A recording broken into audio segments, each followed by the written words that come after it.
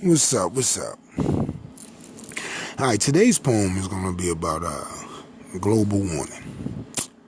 But you know, every time they have something political like this, if you dig deep and you check the names, not just the name up front, but the name behind the scenes, you'll see the lineage. You'll see the link. Man, you can say what you want about me, but I'm telling you,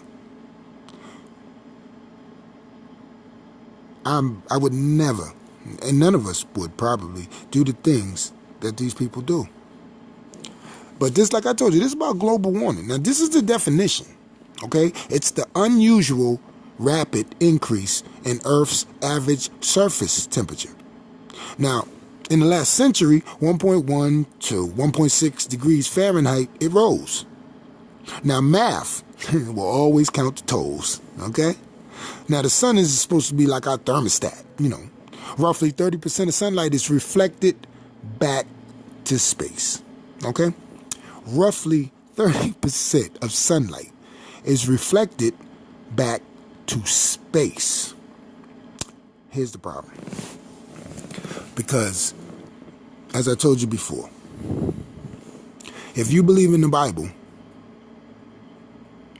then they're trying to get over on you.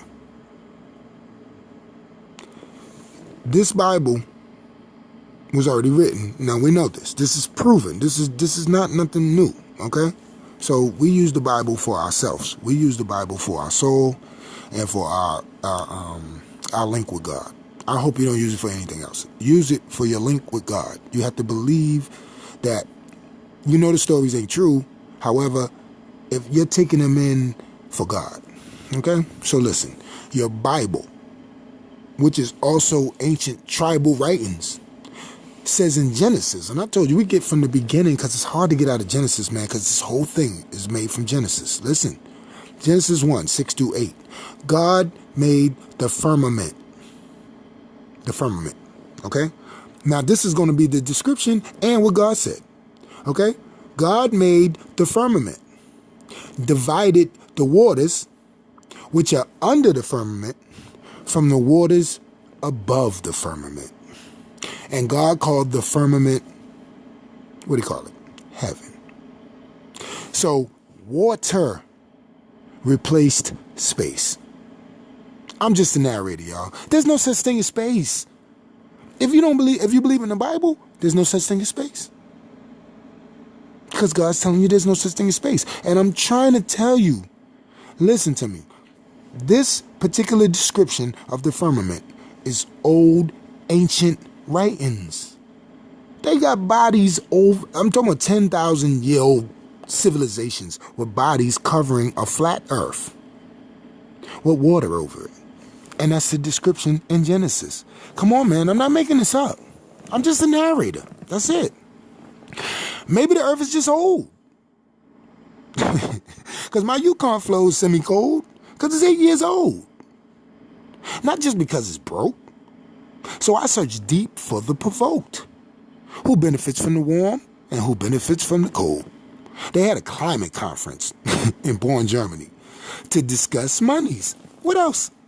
And conspiracy. And spare me with the no conspiracy. That's about 300,000 black inmates what it is. They'll give you the lawyer lingo and read backwards the definition. Because conspiracy to black people is intimate. Because it walks with them. Me, too.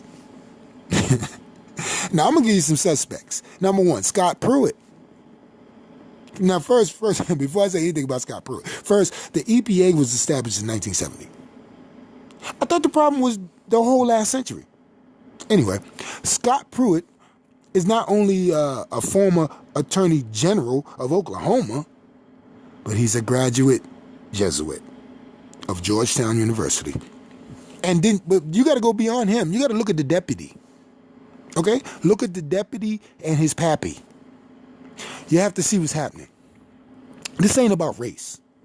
Black, Spanish, white people. This is not about race, y'all. It's about world dominance. I don't have enough paper because it never ends. They want us to pay taxes for something that don't exist. And if it does, they won't fix it. They're just going to tax it. Like cigarettes, like food, clothing, shelter. Never should we have to pay tax for what God said we should have. Food, clothing, and shelter, and justice. We should never have to pay for that. But let me give you my opinion on the Garden of Eden. And it's metaphoric. So I hope you open to Genesis. Now open to Genesis 2. And read or just follow me. Okay? So how we get it?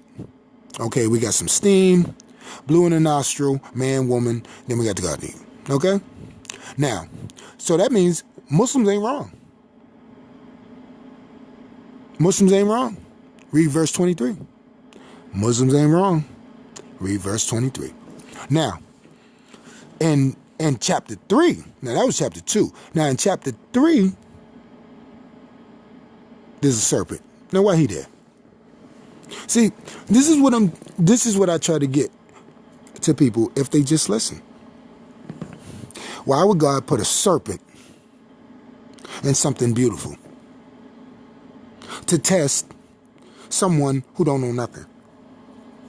First of all, you saw the movie? You see how scared she was when she was walking through the Garden of Eden? But she'll sit down there and talk to a snake. All right, so you know that ain't real. You understand what I'm saying? Why would God, a gracious God, test two people that are pure? He wouldn't. He wouldn't test two people that are pure. For what? He knows what they're going to do. Remember? Omniscience. So why would he do it? Because he wouldn't.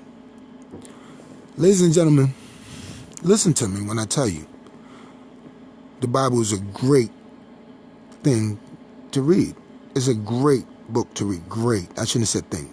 Great book to read. It's the best book I've ever read. However, it's not real. It's ancient, tribal history. Peace. Creation Bay.